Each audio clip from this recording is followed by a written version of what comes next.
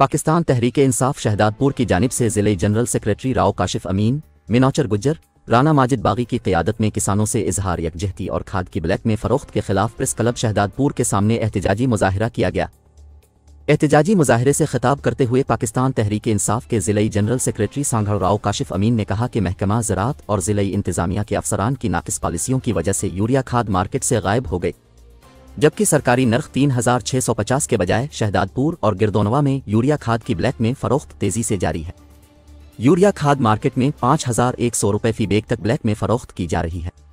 लेकिन इसके बावजूद भी ज़िले इंतज़ामिया और महकमा ज़राअत के अफसरान मज़कूरा खाद डीलर्स के खिलाफ कोई कार्रवाई नहीं कर रहे, जिस वजह से यूरिया खाद मुकर्ररा नर्ख पर मलना किसानों के लिए ख्वाब बनकर रह गया।